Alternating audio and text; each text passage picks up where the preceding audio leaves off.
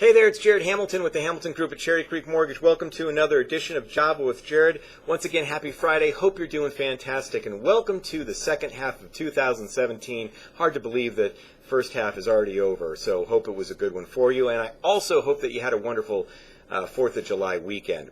Well, interest rates finished the week once again worse than where they ended last week. Now, this is about 3 weeks of a deterioration to interest rates. Rates are still fantastic. We're still a lot better off than where we were just back in March, but we're off some of the best rates of the year that we just saw 3 weeks ago.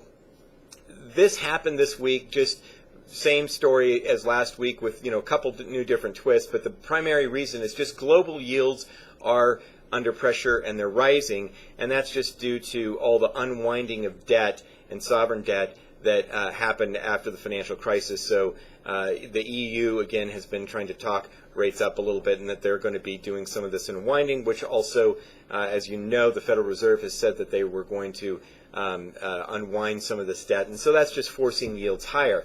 To further exacerbate that is that this was a shortened week. 4th of July fell on a Tuesday, so there were a lot of probably traders out almost this whole week. So any action there was just probably further exacerbated just because there was less people trading. Finally, there was also some geopolitical pressures here that are developing with North Korea's announcement that or the fact that they actually launched an ICBM missile, which is expected that they believe could go to as far as Alaska. And our administration saying that there's going to be consequences and the type of pressure that that's going to put on with relations with China and Russia. So there's just some tension from a geopolitical standpoint as we're doing some military activity to kind of as a response for this, at least with some ships that are sailing into different waters. So all that just caused interest rates to continue their slide. Now, we also did see, in terms of economic data, the employment report, which is always a kind of heavily watched and anticipated. That was a little bit of a surprise.